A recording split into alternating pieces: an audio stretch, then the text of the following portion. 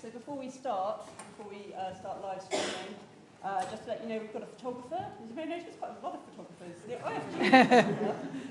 IFG photographer will only be taking photos of the back of your head. I can't vouch for any other photographers. So we won't use your faces in official photos. If the fire alarm goes off, there is no planned fire alarm. So please exit the building the way you entered and congregate by the statue of George VI. And finally, could you all just make sure your phones are turned off, please? Thank you. Okay, good to go live in 5, 4, 3, 2, 1. Hello, everyone, and welcome to the Institute for Government. My name's Hannah White, and I'm Director of the IFG. And a big welcome to everyone who's here in the room with us today and all those joining us online. I'm very pleased to welcome former Prime Minister Liz Truss to speak to us here today. Liz's time in number 10 may have been short, but her experience around the cabinet table reached almost a decade. She's been Environment Secretary, Lord Chancellor, Chief Secretary to the Treasury, Trade Secretary and Foreign Secretary before she became Prime Minister. And of the current crop of cabinet ministers, only Michael Gove and Jeremy Hunt have spent longer around the cabinet table. But despite her time around the top table, she's become increasingly outspoken about the direction that the UK and the governments in which she served have taken over the last decade or so. And 1 year on from the publication of her growth plan as Prime Minister, the major economic event now known widely as the mini-budget, Liz is here to set out her vision for the economy and what she thinks the UK needs to do to get back on track. She'll also touch on her reflections from the turmoil of last autumn. She said previously that mistakes were made in the way she went about implementing her plans, something that we at the Institute argued strongly at the time, and this morning we're looking forward to hearing her reflections on that. We'll be live tweeting from IFG events using the hashtag IFG Truss, so please do follow and tweet or X along, or whatever it is we do these days. If you're watching online, please send in your questions via Slido. I know some people have already started to do that. I know we'll have lots of questions here in the room, but we'll try to also take one or two from online. So that's all my introductory remarks. Liz, the floor is yours. Well, thank you very much, and it's great to be here at the Institute for Government today. I'm having a rather more relaxing September than I did last year. And you might well ask, why am I back talking about the same topic? But it's 1 year ago that I launched my government and our economic policy. And I'm speaking here today not because I want to relive the events of last year. I certainly don't. And it's not because I'm keen to be back in Downing Street. I'm certainly not. It's because 1 year after saying that economic growth was the central issue for our country, and since then we've heard a lot of people say that right across the political spectrum, there still is not agreement on what has caused the problems of a lack of economic growth, but also what on earth we're going to do about them. And I think these issues are only getting more urgent. The reality is that over time, we are not bringing in as much money as a country as we're spending. Our debt levels are close to 100% of GDP. We have the highest debt interest payments in the developed world. And according to the Growth Commission, the average person in the UK is now £9,100 worse off than the average person in the United States. And I believe the reason that we have this problem is 25 years of economic consensus that has led to a period of stagnation. And I believe that we need to shatter that economic consensus if we're to avoid worse problems in the future. The fact is the British public know that the consensus isn't working. Lord Ashcroft's poll on the state we're in, released on the 4th of September, revealed that 72% of people in Britain agree that Britain is broken, people are getting poorer, nothing seems to work. We need big changes to the way the country is run, whichever party is in government. And yet, despite the dissatisfaction, the poll also reveals that people don't agree on why we've got the problems and what the fundamental cause of the malaise in which we're living is. Now, there are some people who claim that this is a crisis of capitalism, that we've had too much free markets. But quite the opposite is true. The fact is that since Labour was elected in 1997, we have moved towards being a more corporatist social democracy than we were in the 80s and the 90s. State spending now accounts for 46% of GDP, higher than it was in every year in Britain except for 1975, and up from 34.8% in the year 2000. No other European country has seen this level of growth in state spending apart from Greece and Spain. There's also a growing burden of regulation. The cost of regulations introduced in 2022 alone is £10 billion according to the government, and I believe that is an underestimate. In the sectors that are key arteries of the economy, whether it's energy, housing and banking, there is less competition and more government involvement than there was 25 years ago. The government still owns a 40% stake in NatWest. The costs of energy in Britain are twice what they are in the United States, and we have a severe shortage of housing. The cost of welfare and pensions has ballooned by 50% in real terms since the turn of the millennium. And even on an income of £50,000, it's still possible to claim universal credit. Our tax system has become more complicated, with many facing high marginal tax rates when they seek to earn more income. Somebody earning £100,000 with a student loan faces a marginal tax rate of 71%. And we've had cheap money for over a decade, with nearly £900 billion pumped into the system by the Bank of England through quantitative easing in an era of near zero interest rates, something that's completely unprecedented in 300 years of UK central banking. So how on earth did we get to this situation? Well, my view is that after the successful monetary policy and supply-side reforms of the 1980s and the winning of the Cold War by the West, we were all optimistic and upbeat about our future, and we took our eye off the ball. Free market economists went off to lucrative jobs in the city, allowing academic institutions and think tanks to be captured by the left. Demand management crept back in, alongside neo-Keynesian-dominated monetary policy. And we Conservatives allowed the debate to be framed and led by the left. Whether it was the anti-capitalist arguments of the Occupy movement, whether it was the diversity, wokery policies, or whether it was the statist environmental solutions, we've all got to admit that it's the left that made the running. And we've seen that regardless of which government has been in power. From the energy price cap to the 2050 climate change target to the ESG agenda in companies, there's been a cultural shift across both business and the public sector towards more left-wing policies. And despite the long record of failure of industrial policy, it's back in vogue again. People are talking about it. And at the heart of this was the basic belief by politicians that the good times would go on forever. The discussion was about sharing the proceeds of growth. It was about general well-being and happiness rather than GDP. The only question seemed to be how we were going to redistribute the pie, not about growing the pie in the first place. But the problem is that 25 years later, we have seen a growing size and scope of the state. And that growing size and scope of the state has slowed down economic growth itself. Levels of tax and regulation are now too high to generate the amount of economic activity we need to help people's incomes get bigger and to fund government services. And that means our economy is now stagnating. People talk about the productivity puzzle, but it's really not a puzzle. If there's not enough incentive to go out and set up a business, to take risks, to compete, or even work, that's a problem. People are delaying starting a family because housing is too expensive and the cost of bringing up children is so high.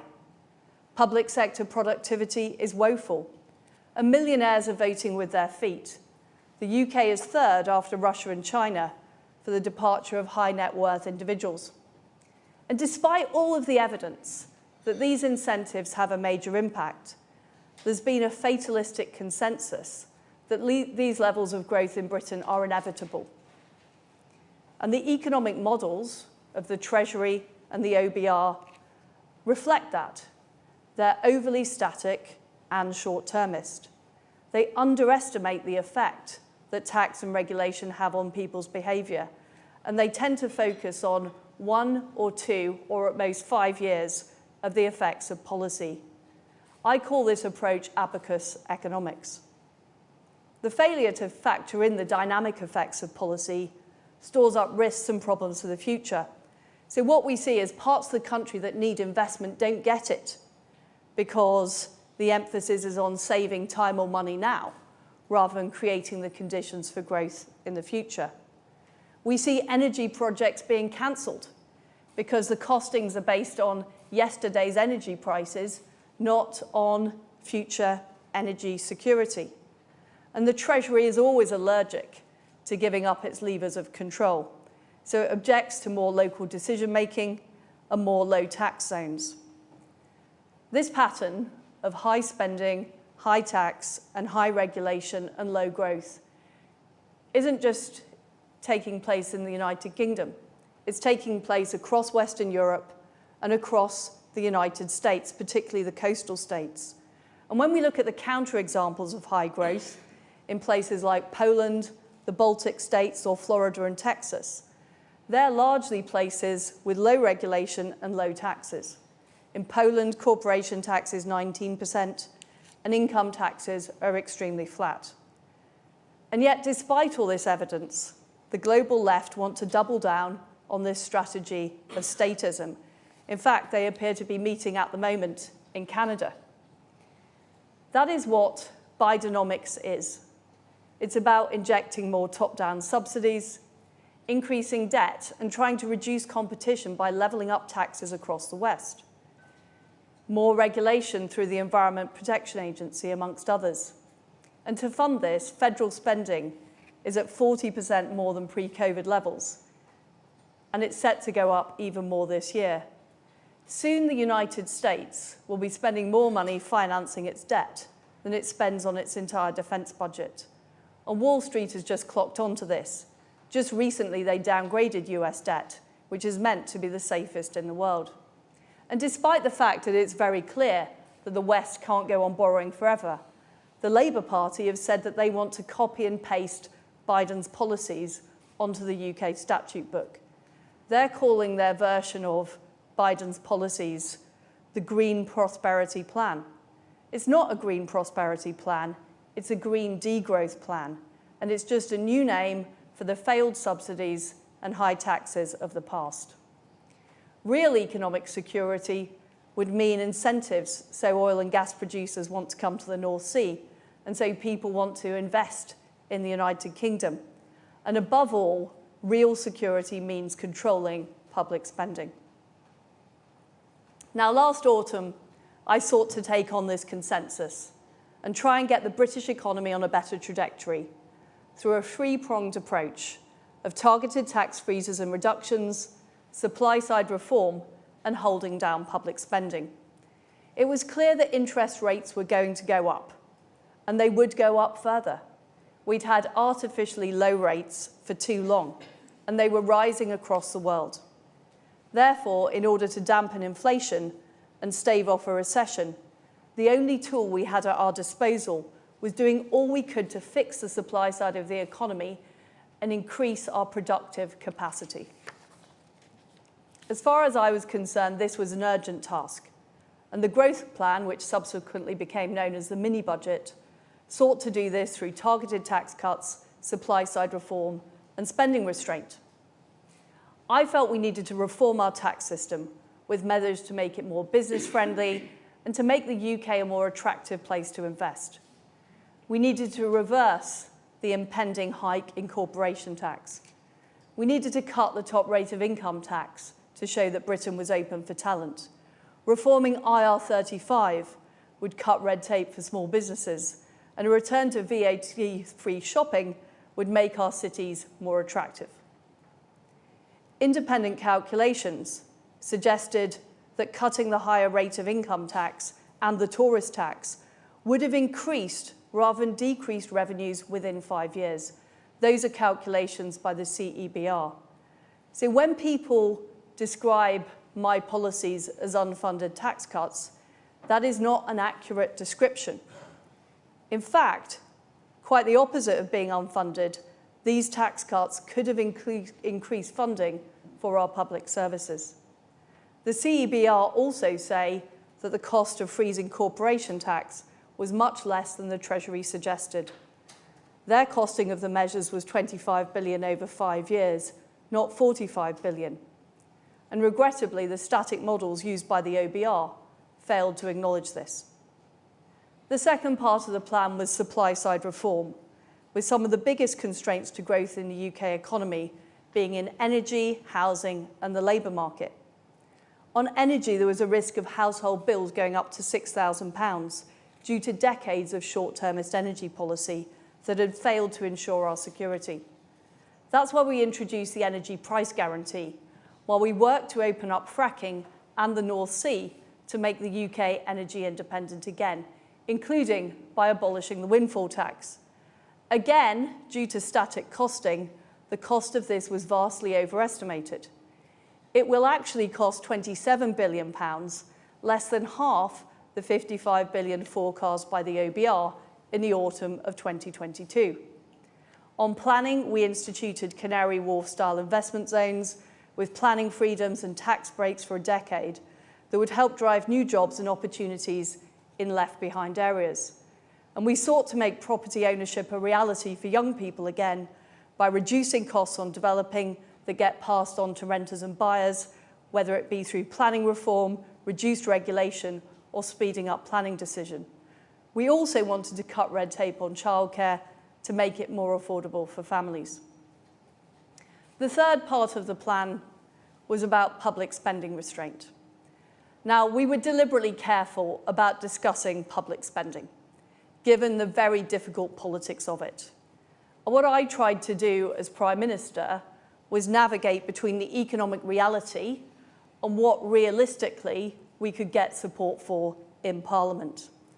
Having been Chief Secretary, I know it's very difficult to cut spending in year, and it's often counterproductive. In the past, we've cut things like capital, and then it's come back to bite us later. Therefore, what I tried to do was change the trajectory of spending by holding spending down. Now, in an inflationary environment, not reopening the spending review represents a tough approach.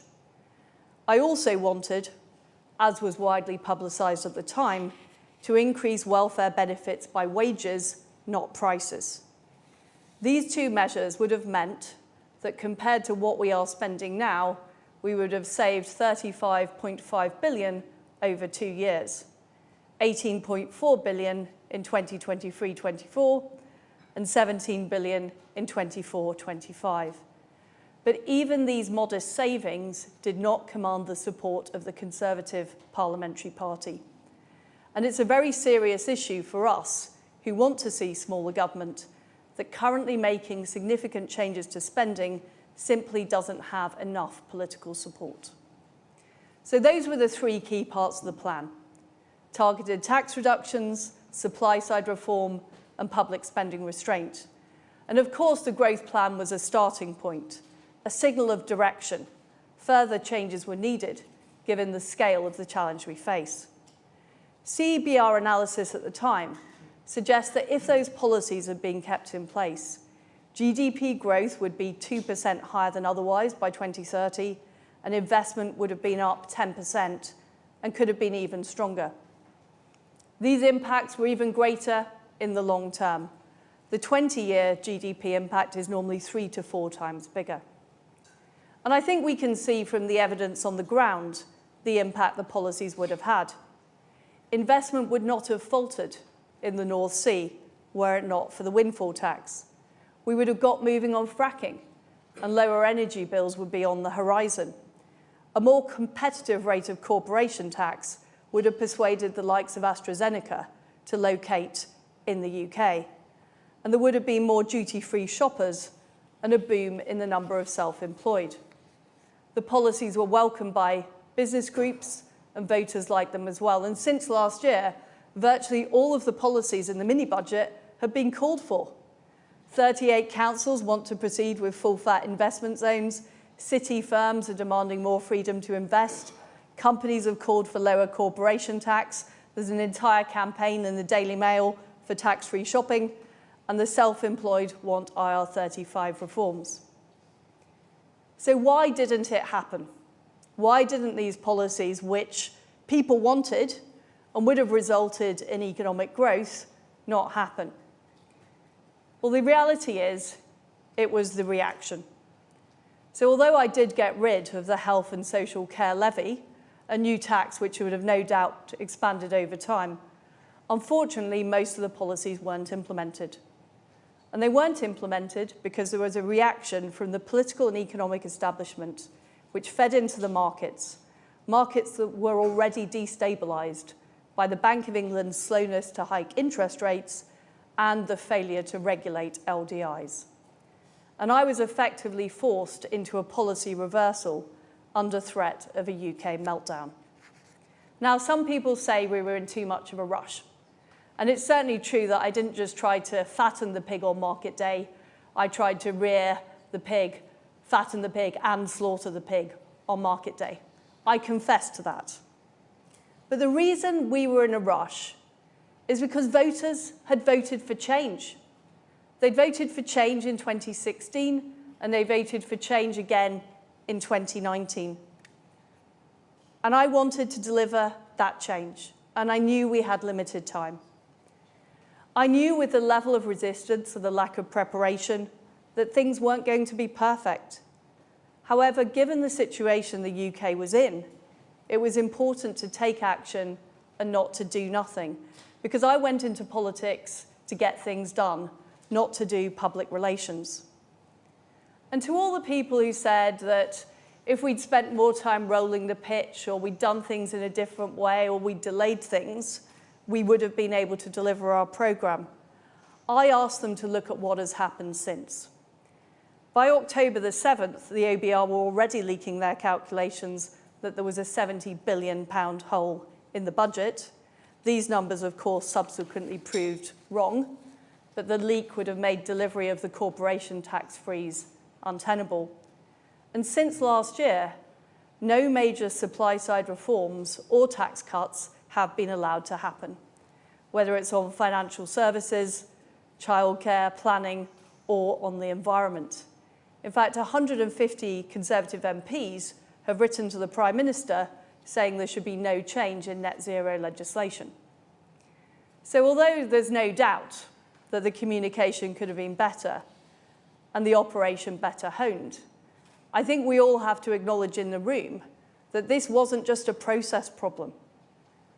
There was unquestionably a reaction to the policies themselves.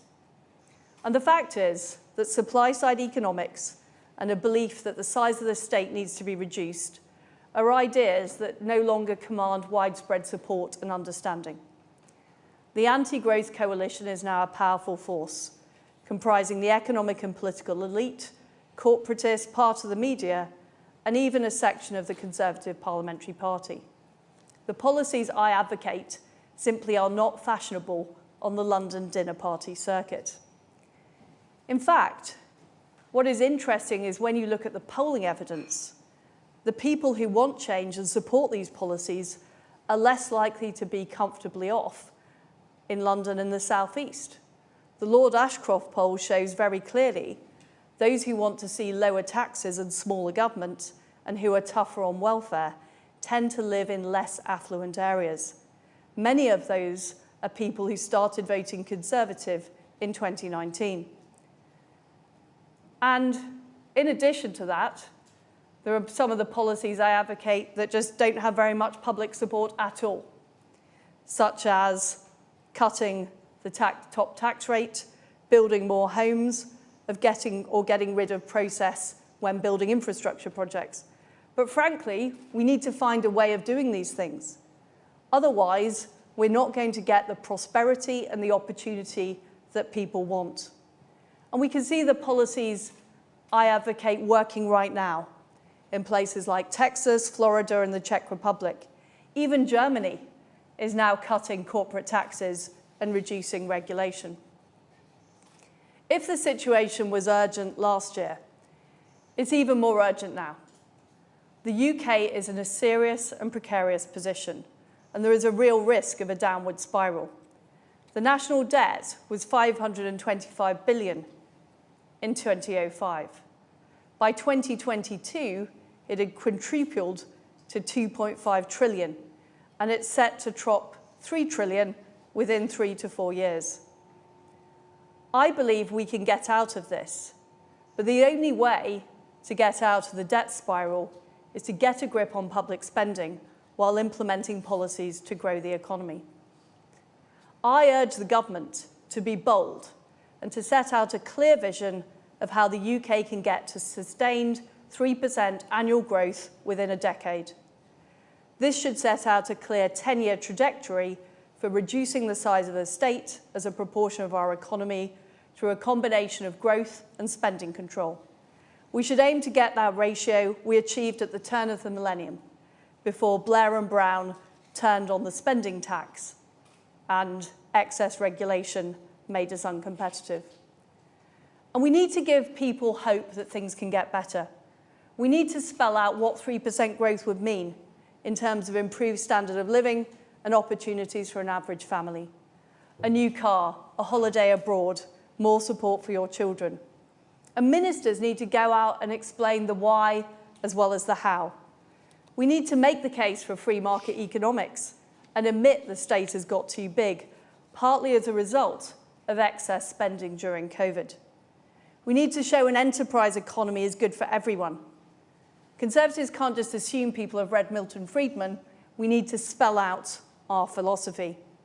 And that would contrast with Labour's lack of ideas and force them to defend the stale economic consensus started under Blair and Brown. Now, in order to deliver this, there's going to be big change required. We need a new supply-side revolution. The supply-side revolution in the 1980s was all about taking on unproductive industry and the unions, which held the whip hand over the elected government of the day. The supply-side revolution now has to take on the burden of regulation and an overlarge, overpowerful bureaucracy, which has the whip hand over the elected government. This supply-side revolution has to encompass changes to tax, regulation, and the size of the state. The government needs to take on the OBR over the impact of tax policy, and we need to see much more sophisticated levels of analysis from the Treasury about long-term economic growth. This needs a wide variety of thinkers, including monetarists and supply-siders. We can't afford to be uncompetitive internationally. We need corporation tax back at 19%, and we should also refuse to implement the OECD minimum tax agreement, which I previously labelled a cartel of complacency. It won't be implemented in the US, and even if it was, it would make the entire West uncompetitive. We also need to reduce marginal tax rates to make it worthwhile to work at every income level. Further changes like abolishing the tourist tax, abolishing the windfall tax, and sorting out IR35 need to be made. We also need to get a grip on the ballooning welfare and pensions bill. This means slowing the rates of increase to benefits and tougher work requirements. It means raising the retirement age further. And as a party, we have to deal with the difficult issue of the increasing cost of pensions. The current trajectory is not sustainable. We need more competition and less corporatism in key sectors of the economy, like energy and finance. I favour a single utilities regulator to get rid of the balkanisation and capture that we've seen under organisations like Ofwat and Ofgem. The government needs to divest its shares in banks and withdraw from micromanagement in sectors like transport. And in the energy sector, we need to get on with fracking and abolish the windfall tax. In the housing market, there should be tax breaks in return for having new developments and homes in your area, a much simpler zoning process, and speeded up infrastructure projects. That's what the original investment zones I proposed were about. We should diverge properly from the EU so we can increase competitiveness in areas like financial services. And finally, we should, as many other Western countries are already doing, delay implementing net zero commitments, such as the ban on new petrol and diesel vehicles from 2030. Other environmental regulations, which are hiking the cost of living, like enforcing the replacement of gas and oil boilers, should also be abandoned. Ladies and gentlemen, in conclusion, there is a growing consensus that we need to grow. But although people will the ends, they don't necessarily will the means. In order to grow, we need to change. And that starts with acknowledging that we have a problem. It means abandoning the stale economic consensus. It means politicians doing the right thing, even if it's unpopular. This will not be easy, but it will be worth doing. With determination to turn things around, we can make Britain grow again. Thank you.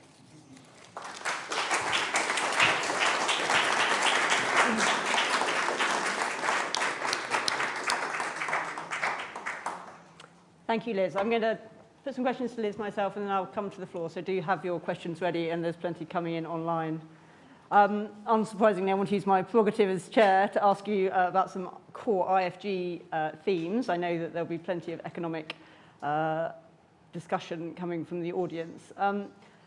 As I know you know, the IFG's mission is to think about how government can work most effectively, whatever government's in power and whatever their policies are that they're pursuing. So it was really interesting for me to hear your reflections on how you went about trying to bring in your policies last year. I think the fact of your reflections on how fast you felt you had to move and the impact that that had is good evidence to illustrate something that the IFG often talks about, which is the way in which policy is made is important, is determinative of its success.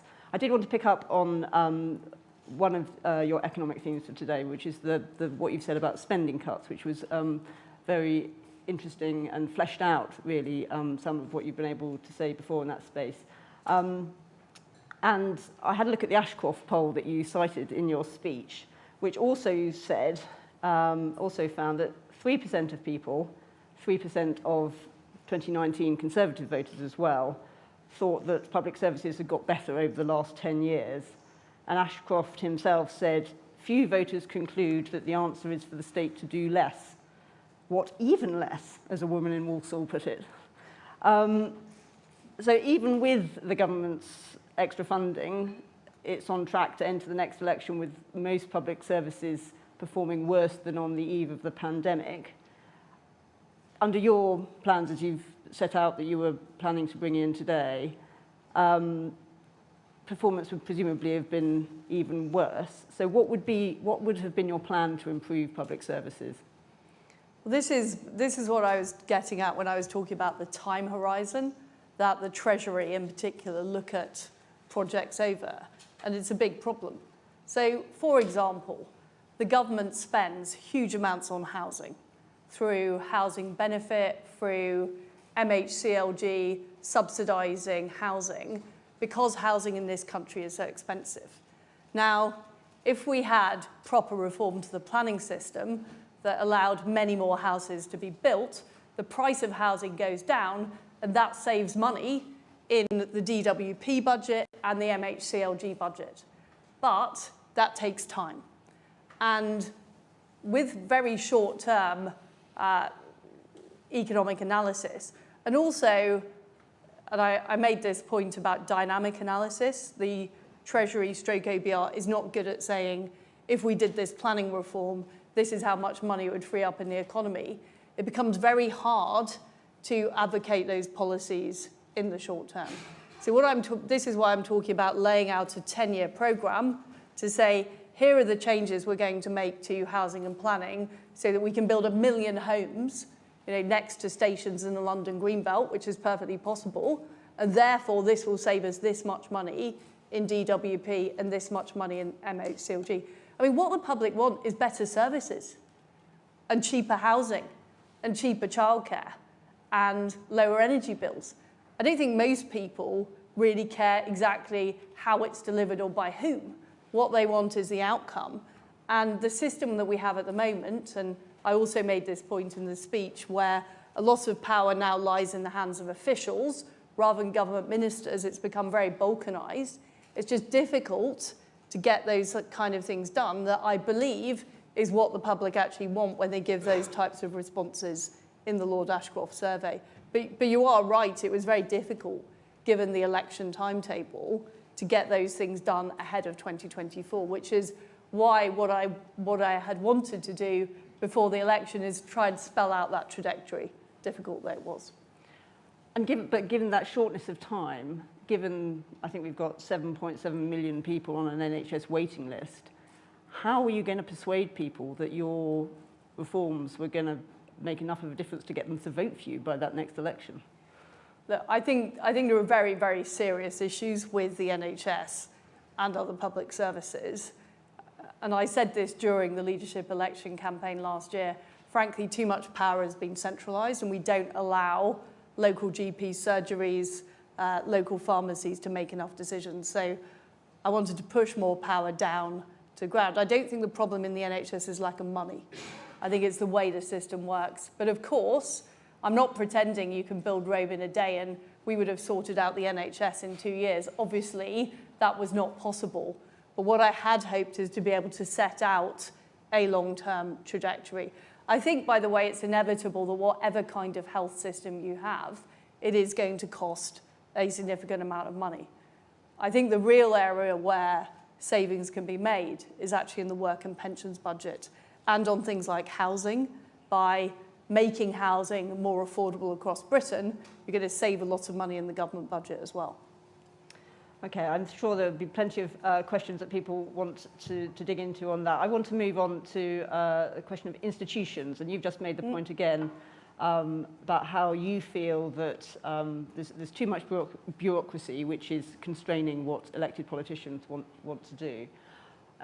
I mean, I think if we're honest, the institutions that we have in this country have all been set up by politicians deliberately to constrain politicians. If you think about why George Osborne set up the OBR, it was to give credibility to the government's fiscal policy. So, taking your argument that these institutions become too powerful, how much are you arguing there shouldn't be constraint on politicians, or where would you draw that line? So clearly there are some, so for example, economic regulation. I do think you need independent institutions to do that. You don't want ministers making decisions on competition cases or planning disputes and those types of things. But I think what has happened over the last 30 or 40 years is more power has gone to quangos. And you're absolutely right, politicians have done that, partly because they thought, well, we don't want to take the blame for this difficult decision. We're going to pass the power over to this quango over there.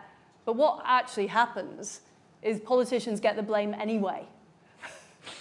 But you have less power over what those institutions do. So I think we're now in a position where politicians have responsibility without power. And that's a problem. And it's a problem for the ability to attract a new generation of politicians. Because it is a job where you get quite a lot of flack. And why take the flack if you're not actually able to affect the change that you want to affect? And I think that is a very serious problem. I think we have a governance problem in this country about the way institutions and politics work, so we do need to sort out. And so, thinking about, imagining yourself in opposition, would you be sanguine about the idea of having weaker institutions, having less constraint on politicians, imagining, for example, a John McDonnell Treasury making spending decisions? Well, just this point about weak institutions. What we have in Britain is balkanised institutions. So we've got lots of institutions that argue and compete with each other. So any local MP who's had to deal with the Environment Agency and Natural England and see them passing the buck from one to the other knows that we don't have an institutional setup that works particularly well, and it just makes it hard for any decision to get made. So it's not like we've got strong institutions making decisions. What we have is inertia as a result of the institutional setup we have. But fundamentally, I am a Democrat. Yes, I do believe that if the British people elected John McDonnell as their Prime Minister, which I don't think they will do, he should be able to deliver his manifesto as he's laid out. Yes. And you talk about bureaucrats having the whip hand over politicians. Can you, I mean, I think it seems, at least on the outside, that the evidence is that last autumn the Treasury delivered the mini budget that you wished to put, to Parliament. Can you give us any examples of times throughout your career when civil servants have stopped you doing things that you wanted to do? I'm writing a book about this at the moment, which is out in April, which will go through department by department and point to exactly what happened. And it's never as clear as somebody's been stopped from doing this. There are just, there's lots of warnings and back covering, and there's different level of enthusiasm for delivering a policy depending what that policy is. So if it's anything to do with climate change, officials are enthusiastic and rush to get out papers. If it's something about doing a deal with Rwanda, there's less enthusiasm. So these things are not necessarily black and white. And I'm going to say this because there's some former civil servants I've worked with in the audience. Lots of people in the civil service are brilliant at what they do. I think the problem is a system problem rather than a people problem. But certainly as a politician, trying to deliver what I believe people had voted for, there is a lot of institutional bureaucracy in the way. And even during the leadership election campaign, and maybe this did not make me popular with the OBR and the Bank of England, I pointed out that there was an orthodoxy in Britain about economic policy. And I tried to challenge that orthodoxy, and I didn't find a massive level of support, frankly, from those institutions. You'd be pleased to know that because of that, the IFG has launched an entire project on Treasury orthodoxy, and one of the authors of it is in the audience, so we'll talk to you further about that, trying to work out exactly that. What's the reality of it, and what impact does it have? Finally, I just want to put one question to you about short-termism in government, which is a theme that the IFG thinks and talks a lot about and definitely agrees is a problem. You talked about risks stored up for the future.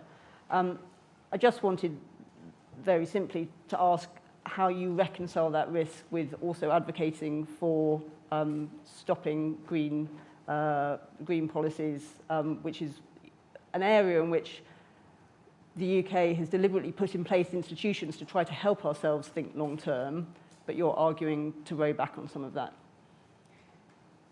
Well, so my view is we should be prioritising the struggle for freedom and democracy. And I fear that some of the way we're implementing the climate change agenda and our net zero targets is actually making us less competitive vis-a-vis China, who are not following, don't have net zero 2050, et cetera, et cetera. So I think there's a wider debate to be had about the cost of implementing the climate change agenda, the way in which it's being done, and whether or not there is genuine international agreement on dealing with the issue. So I don't think that has been properly fleshed out and debated. I think it's been institutionalized before it actually has democratic consent. Okay. Thank you very much. Right, we go to some questions from the floor now. There will be a roving mic. Please, could you say what organisation you're from so that we know?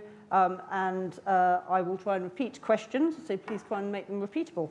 If anyone's in the adjoining room and would like to come in and ask a question, please just come and stand at the door. And as I say, I'll try and take some online questions too. Can we go to Faisal there? Take them in groups of 3, if that's okay. A very specific question. The OBR, as has been revealed by an FOI recently, definitively offered to do a forecast alongside your new budget. You had that offer on the Chancellor's desk on the first day in office. Did you reject that? Did the Chancellor reject that? Do you regret that decision in retrospect? And more widely, you've acknowledged that whatever the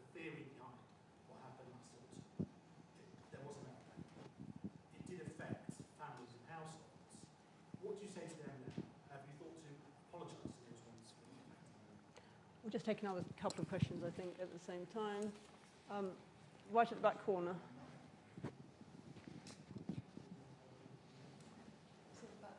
Back corner, the lady there. Thank you, Lucy Fisher from the Financial Times. Firstly, I'd like to ask for your response to Mark Carney, who said that instead of delivering the Brexiteer dream of Singapore on Thames, your administration delivered Argentina on the Channel. And secondly, when you talk about the anti-growth coalition spreading to part of the Conservative Parliamentary Party, are you talking about Rishi Sunak? And turning to the right of the Conservative Party, would you like to hear your colleagues on the right be more vocal? And do you consider yourself to have a convening role for the right of the party in future? Thank you. Okay, we'll take one more. This lady here on the aisle. Thank you. Ali Fortescue, Sky News. For all the specifics that you talk about today, how things could have been done differently, do you accept that being in charge is about credibility, and you faced a credibility crisis when you were in charge? You put the credibility of UK economic policy into question. Given how passionate you are about the growth cause, do you worry that you personally set that cause back? Okay, thank you. So, role of do you regret not taking up the OBR's offer? What do you say to the families where your policies had an effect on them? Argentina on the Channel. Do you see yourself as having a convening role now? And how do you feel about this question of credibility? So on the OBR, there were lots of announcements made during COVID on furlough that had no OBR forecast, that involved greater fiscal expenditure than the mini budget. So I think it's interesting that media organisations choose to target the mini budget as not having an OBR forecast, but don't mention when it's about spending. And I do think that reveals a mindset, which is spending is good, and we'll always be relaxed about that, but cutting taxes is somehow a sort of a countercultural thing to do. And I think that's reflected in the media. I think it's reflected in the polity more broadly. So there was no reason we had to do an OBR forecast. The OBR officially forecast twice a year around major fiscal events. The plan was to do a fiscal event later in the autumn, which would also have the spending plans in it. But what we needed to do, because the energy situation was so desperate, and we also wanted to reverse the national insurance rise and send a signal to companies about corporation tax, which we had a very short lead time on. That's why we did the mini budget when we did. But as I've said, it was no bigger than those other fiscal events that had no OBR forecast. So we didn't think it was an issue not to have an OBR forecast. The OBR should be there to present the entire spending plans in the round. And on this issue of what happened as a result of the mini budget, I mean, another point I would make is I don't think organisations like the BBC did a brilliant job of actually analysing the LDI crisis and what happened there. I don't think there was an effective critique of the Bank of England. And it really goes back to this point about institutions and politicians ending up having all of the responsibility, but not necessarily the power. And I don't think the media, who seem to absolutely love gossip about politics, are particularly great at analysing the role of institutions and what they do. And you notice if ever there's an official from one of these organisations, they get a much easier ride in a BBC interview than a politician would. So, I'll wait to see that happen, Faisal. And as I said in my speech, interest rates were going to go up anyway. I think the real failure was not to tell people years and years ago that these interest rates were artificially low. That was the problem.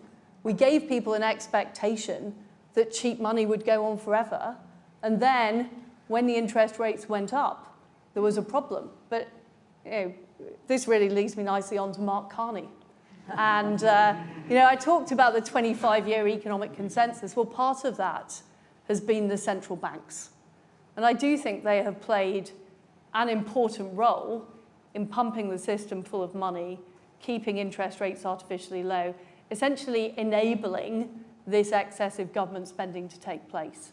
And I'm afraid there's quite a lot of finger pointing going on from people like Mark Carney because they don't want to admit their culpability or the culpability of their central banking associates in this. And I again think, of course, politicians should be held accountable and responsible for what we do, but when there are people with significant power, I don't feel that the same questions are necessarily asked about them. And, Mark Carney is part of the 25-year economic consensus that has led to low growth across the Western world.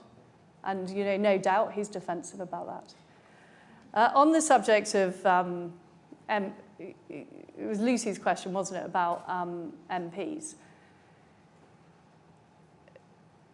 I think there are different, and this is why I highlighted the 150 Conservative MPs that have written to the Prime Minister on the subject of not wanting to change climate change regulation. Now, I believe the way we are implementing those climate change regulations is adding to the cost of living. And if there's anything we should be doing at the moment, it's reducing costs for households. Now, I'm an unashamed supporter of fracking because I know that energy prices in the US are half what they are in the UK because they've fully exploited their shale reserves. And if we did the same in the UK, we'd be able to have much cheaper energy, and that would reduce the pressure on households. It would help make our businesses more competitive. And that is not happening because of a very fixed view of how we deliver our climate change, targets. So this is an issue that the Conservative Parliamentary Party doesn't agree on. And that's the fundamental problem. There are people like me who think we should focus on getting growth going and improving the cost of living for people around the country. That's certainly what I hear on the doorstep from my constituents about what they're bothered about, but others do not agree with that. And that is why I'm making the speech today, because I want to convince my party colleagues of that point. I mean, on credibility, without wishing to sort of bang on about the same points I've been making, is very difficult if the government of the day has an economic policy that clearly leading economic institutions in the UK and indeed internationally don't necessarily agree with. And during the time of the mini-budget was attacked by the IMF on inequality grounds.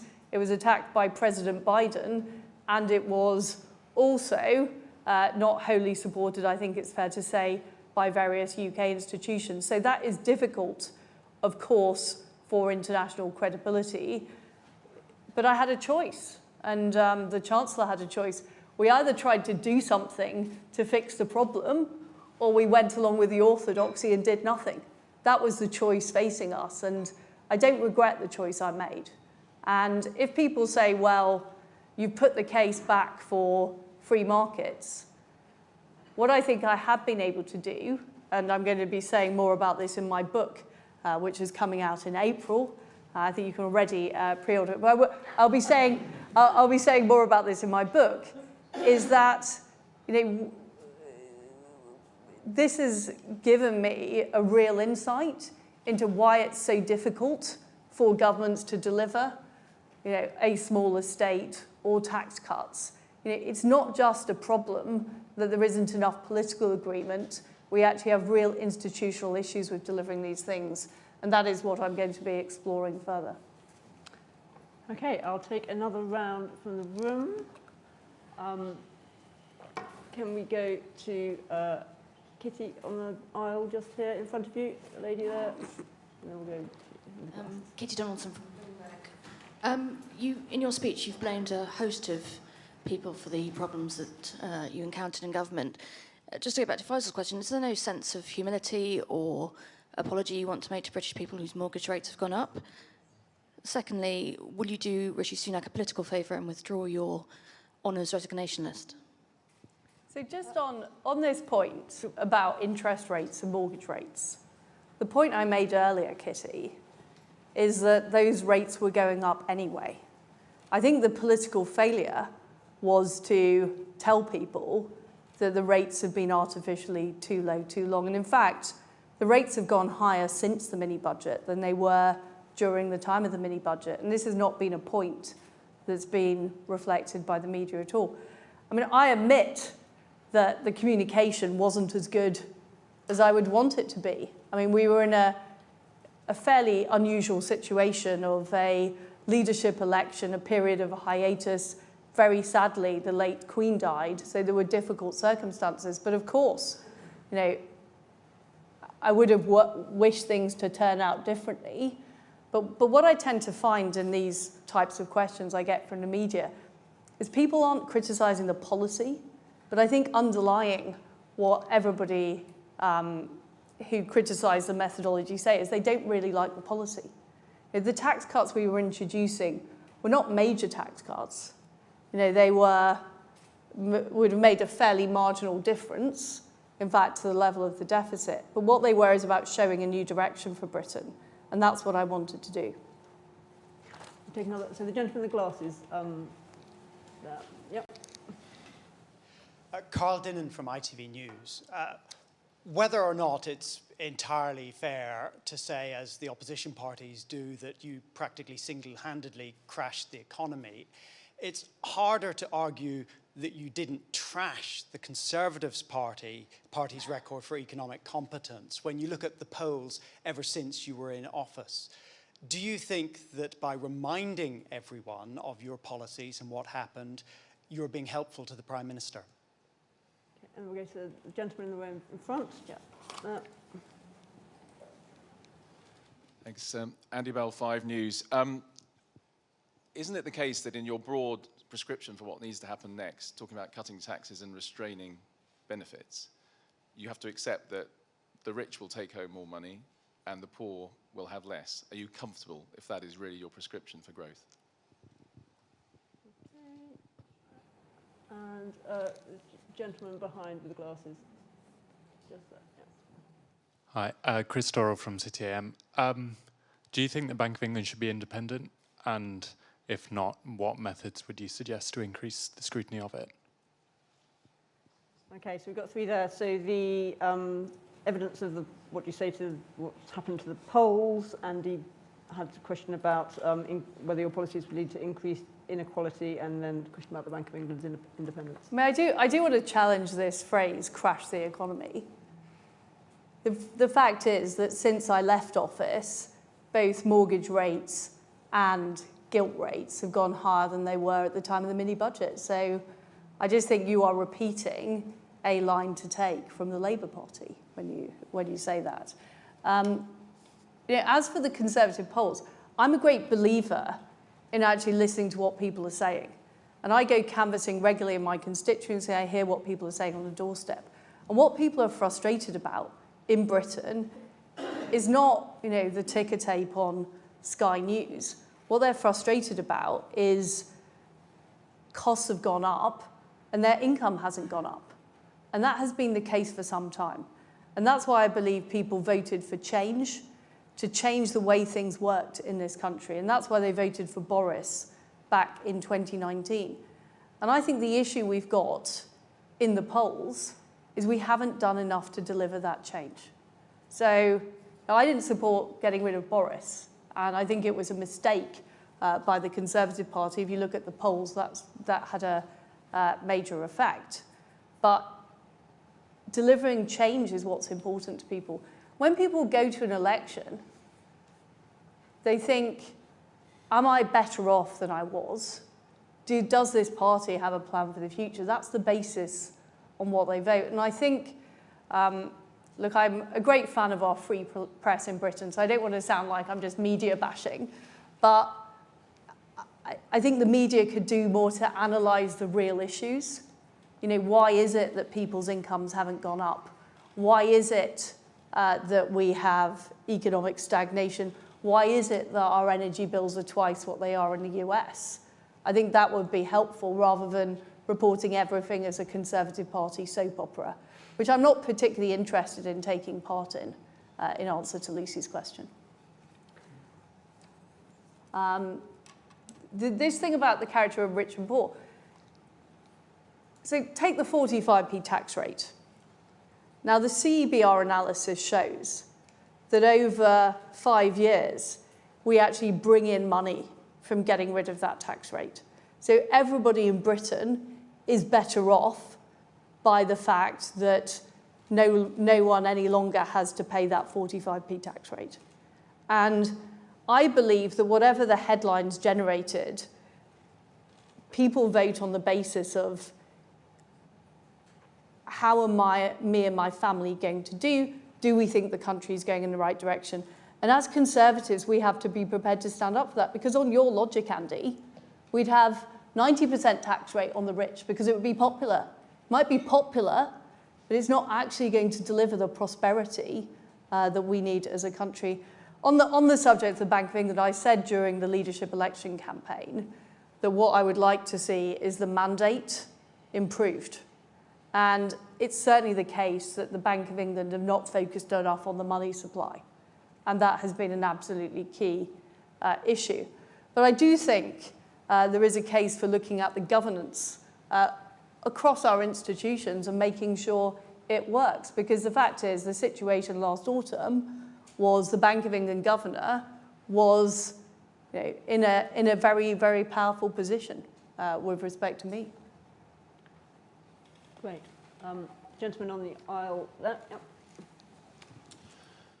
Thank you. I'm obviously an economic and political journalist, but I'm also a former fund manager and market practitioner. Would you like to give us your name as well? Yeah, my name's Liam Halligan. Thank you. And so I talk to lots of currency dealers, bond traders, about what's really happening in financial markets in the way many other journalists don't, I would suggest.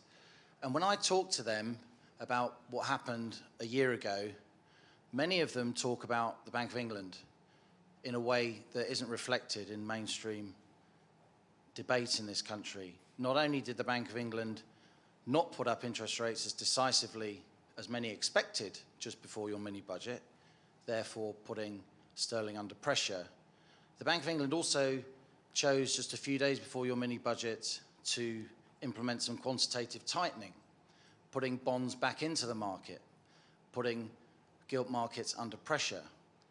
And then after you'd left, and we had business as usual, as you've called it, Sunak and Hunt, then the Bank of England reversed that and re-engaged in quantitative easing, so supporting the gilts market in a way which, to your successors, was politically beneficial. Could you spell out a bit more your thinking about the role of the Bank of England during this decisive period? Because this is a very live issue. This is not one for historians. Great. We'll just take a couple more. So the gentleman second in on the...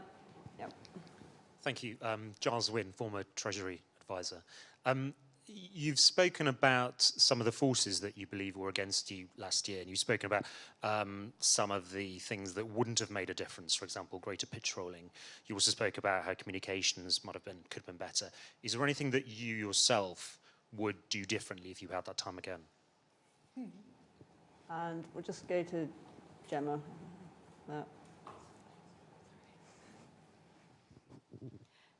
Gemma Tetlow, Chief Economist here at the Institute for Government. I just wanted to dig a bit more into the point you're making about the OBR and the forecasts and how that affects the way that policymaking happens. So, I mean, as I'm sure you're aware that the OBR forecasts are not completely static. They do take account of dynamic impacts of policy, and that's an important part of the forecasting process. And you saw that, for example, most recently in the March budget, where the changes to some policies on the labour supply side, the OBR did then judge on the basis of the evidence they had. They thought that would increase labour supply, and that was factored into the forecasts. So I just wanted to understand a bit more about what your concern is about the way that that forecasting process works and how that interacted with your policies last year. So is it, because I guess the OBR look for evidence that they think policies will shift the dial on the supply side, and if they see that, they factor that into the forecast. So is it that you think they were ignoring evidence that there would be important supply side impacts of those policies over the next 5 years? do we need better evidence base on those types of policies? Is there a need for more evidence to support that? Or is your concern also that the 5-year forecast horizon itself is too short to really properly capture supply-side impacts, and should we extend that horizon to support better long-term supply-side policymaking? Great. So we have got three there. Liam's question about the role that played by the Bank of England last year. Giles, you might do differently, or you laughed. And Gemma's questions about the OBR's dynamic forecasting. So just on the role of the Bank of England, I mean, it's important to recognise that I wasn't the Chancellor. I wasn't dealing directly with the Bank of England. That was Kwasi Kwarteng. So I probably got less exposure to understanding what exactly was happening. But certainly on the LDIs, there clearly wasn't enough information. So the fact that we were completely blindsided by LDIs, I literally hadn't heard of what an LDI was until the following Monday, which was quite a large part of what happened in the market. And also the failure to raise interest rates early enough, I think, was a major factor. But I do think we need to look at it. And I think there needs to be honest assessment by the commentariat, the media, policy think tanks about exactly what happened in the markets and why it happened. And I think there's been a lot of finger pointing, particularly at me, but also others. But I don't think the level of analysis has been particularly fantastic. What would I do differently? I mean, that's a question and a half. I mean, preparing my premiership 2 years earlier would probably be the first thing I'd do differently. The fact is, I didn't know it was going to happen. I thought Boris would carry on being the leader. I was on Indonesia at a G20 foreign ministers meeting when it kicked off. And it clearly isn't, the best time to launch a major change in economic policy 2 years before an election and after not having that time to sort of build the infrastructure and the preparation. But I consciously knew that at the time, and I thought, should I go for this? Because I do think we need a change in economic direction, but I knew it was going to be difficult to win the leadership election, but also implement it. Or do I not go for it? And I decided to go for it because I thought it needed to be done. Obviously, if I'd known about the LDIs, we would have done things differently. If we'd known the sort of fragility of the markets, we would have done things differently. These kind of questions are quite difficult because a lot of the way I did things was basically the way I am and my character.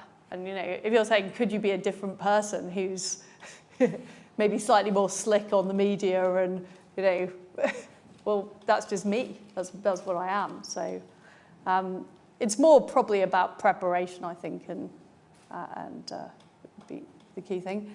On the OBR, so I think both of the things that you said. So yes, they do, or they say they do dynamic analysis. I don't think it's dynamic enough. And I think the impact of regulation is understated, and the impact of tax cuts is understated, and the benefits of public spending is overstated. So that would be my critique of the way the Treasury / OBR thinks about the world. And I also think that by removing the OBR from the Treasury, you remove the direct discussions between ministers and officials, and that creates a very sort of strange and artificial situation where sort of forecasts are exchanged back and forward. I don't think it makes for best policy making at all. I don't think it works effectively. But I also agree with you that the time horizon is far too short, and that it's embedded something that I think was already there, but focusing on 5 years. And a lot of these changes we're talking about, like really changing the housing supply, or really things like changes to pensions, are very, very long term, and they're not well captured. And this goes back to, I think Harold Wilson tried to fix this problem when he created the Department of Economic Affairs, but did he successfully create it? It didn't last for long anyway. Very long. But the Treasury is an accounting department, and it's also meant to be an economics department, and the accounting section always has the whip hand. That's... Okay, I've got one question to take from online. Take Ben here. From BBC Newsnight. I want to zero in on this question of how the Bank of England performed, but in the wake of the mini-budget. There is a view among some of your supporters that the bank effectively called time on your premiership by demanding a full reversal, by linking your policies to its support for the bond market. Do you agree with that view, or would you like to disassociate yourself from it? Okay, we'll go to Chris here. Chris Smythe from The Times. I mean, you've made clear that your frustration with the current government and suggested perhaps it's been captured by the anti-growth coalition, if not actively part of it. Given that, do you think it might actually be helpful for the Conservatives to have a spell in opposition so that they could have this debate about where they're going in the future, the importance of free markets? And if you don't think that, perhaps you'd come back to Kitty's question about whether it might be helpful to the current Prime Minister to withdraw your resignation honours. And I'm going to take the top-ranked question online from Dr. Alexis Brassey of the University of Cambridge, who asks, the ultimate assessment of your fiscal strategy was the bond market. They can't be wrong, they just determine the price of gilts. What would you have done differently to have convinced bond traders you could have delivered? So, on the role of the Bank of England, it was certainly the case that there was pressure on me and the government to reverse our decisions on taxes. And I believe that reversal was counterproductive. So I believe that raising corporation tax to 25% was the wrong decision. But I was essentially forced to do that on pains of a market meltdown. Now, exactly where that was coming from is harder to put a finger on, but certainly it is the case that that is the reason that the policies got reversed. I mean, I said in my speech that I think a Labour government would be a disaster for Britain, that Starmer and Reeves are talking about Bidenomics, they're talking about even more public spending, a so-called industrial strategy that really is just a green version of what went on in the 70s that was a complete disaster for our country. So I don't want the Labour Party in government. I do want the Conservative Party, and this is not just down to the government, this is about Conservative MPs as well. I do want the Conservative Party to be the party of small government and free markets, and to make that case, and to not be scared of the climate change activists and the Extinction Rebellions and the anti-capitalists and the sort of woke diversity brigade. We can't be scared of those people. And we have to listen to what voters are actually telling us about what they want. So that my plea is to the Conservative Party, we need to advocate those policies. That's what I tried to change. On this question of the bond markets, and I do point out again that gilt rates have been higher since I left office than they were for the entire time during the mini-budget. So I don't think it's just an issue about what we sought to do. But these markets are very, very influenced by politics, and they're very influenced by economic institutions. So if they sense that policies don't have the support of the Conservative Party and that they can't be got through Parliament, or they sense that the Bank of England isn't happy with the policies, then that creates a problem in the markets. And I think what I didn't realise before I got into number 10 is just the sheer level of power that an organisation like the OBR has. Because what happened is, after the immediate aftermath of the whole LDI crisis, there was then a leak by the OBR that there was a £70 billion hole in the budget. And that is in essence what forced us to reverse the decision on corporation tax. So that is a leak from a public body, which subsequently turned out to be wrong. That 70 billion was way overestimated, but that had an impact on the markets. So this is why it's difficult to put a finger on it, but I think the basic problem we have is there is a consensus at the moment about the level of tax, the level of spending, how big the government has to be, and there is a sense of groupthink around that consensus. And trying to break that consensus, I certainly didn't succeed last year. Trying to break that consensus is difficult, but I believe unless we do break it, unless we do change, this country is headed for continual stagnation. That's my fear. Have you got time for one last round of questions? Sure. Yep. Okay. So there is a lady on the far side over here.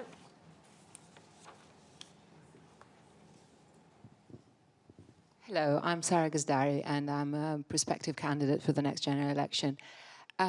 Liz, you talking about pressure from political and economical organizations, and you're talking about how complicated it is for people like us to stand the next generation, to stand in the next general election. And regardless of what the Conservative Party is doing now by putting out their local candidates, possibly instead of the good candidates, what would you advise to someone like me who's got a life, who's been campaigning forever for the last 10 years or more within the country? Why would I do that? Why would I put myself forward at this point? Peter, there on the aisle. Hi, sorry, can you see me? Peter Walker from the Guardian. You ended your speech by saying the country has to acknowledge the problems it's got. Is it possible you've perhaps not acknowledged everything that went wrong in your time in power? One of the things that I did was that when you were in your 49 days in office and after that, I spoke to a lot of your fellow Conservative MPs who, even some who agreed with your economic policies, said time and time again your government couldn't even get the basics right. The night that precipitated the downfall of the government was a failure to whip on an opposition day motion, which is a completely bog standard thing for a government to do. Do you think you've properly faced up to that and the kind of errors that you made, beyond whatever the economic policy was? Final question, this gentleman here who's been trying very hard. Thank you very much. You spoke, Liz, about raising the retirement age. Oh, it's Henry Riley from LBC. About raising the retirement age. I wondered on the pensions triple lock if you felt it was sustainable in the long term, and will you be going to the Conservative Party conference next month? Okay, so why this lady should continue to efforts, whether you sufficiently acknowledge problems of your government and the triple lock to finish us off with. Your country needs you. That's why. I mean, we do need good people in politics, and we need people to apply to be politicians. We need people who believe in things to be in politics. I think that's incredibly important. So I encourage everybody in this room to apply to be an MP and to put themselves forward, because we are in a difficult situation as a country, and we need that talent on our benches. On this thing about things that went wrong, I mean, I am writing a book about this, which we'll be able to read, Peter, coming out next year, which will go to a blow-by-blow account. But what I don't want to do is sort of point fingers and say, there's been all kinds of reports, which I don't like to hear about, particularly about exactly what went on in Number 10, exactly what arguments there would be. Of course, it was a very difficult circumstance, and lots of people made lots of mistakes. There's no doubt about that. But I will, in the fullness of time, explain all that in my book. On this question about pensions, so what I don't want to do is see current pensioners penalised who are retired. We can't leave them in the lurch. But over the longer term, we definitely need to raise the retirement age. And we also need to look at how to deliver pensions better, because I don't think the current system works as well as it should do. And clearly, the sustainability is a huge problem. And we also need, on the demographic front, and this is why I talked about housing and the cost of childcare, we need an environment that's better for families. So we don't have a demographic problem in 30 or 40 years' time. And so it's as much about making life cheaper and easier for families as it is about sorting our pensions problem. And I just don't see how it's justifiable that our energy bills in the UK are twice what they are in the United States because we're insisting on a rigid interpretation of climate change legislation. That is actively making it difficult for people to have a family, not to mention all the planning restrictions around being able to get on the housing ladder. Yes, I will be at conference. I will be at conference. And I'll be saying more at conference as well. Well, I think we've run over, but I think there were many questions answered, so I think it was worth doing that. Thank you very much for joining us. It's really good to hear your reflections.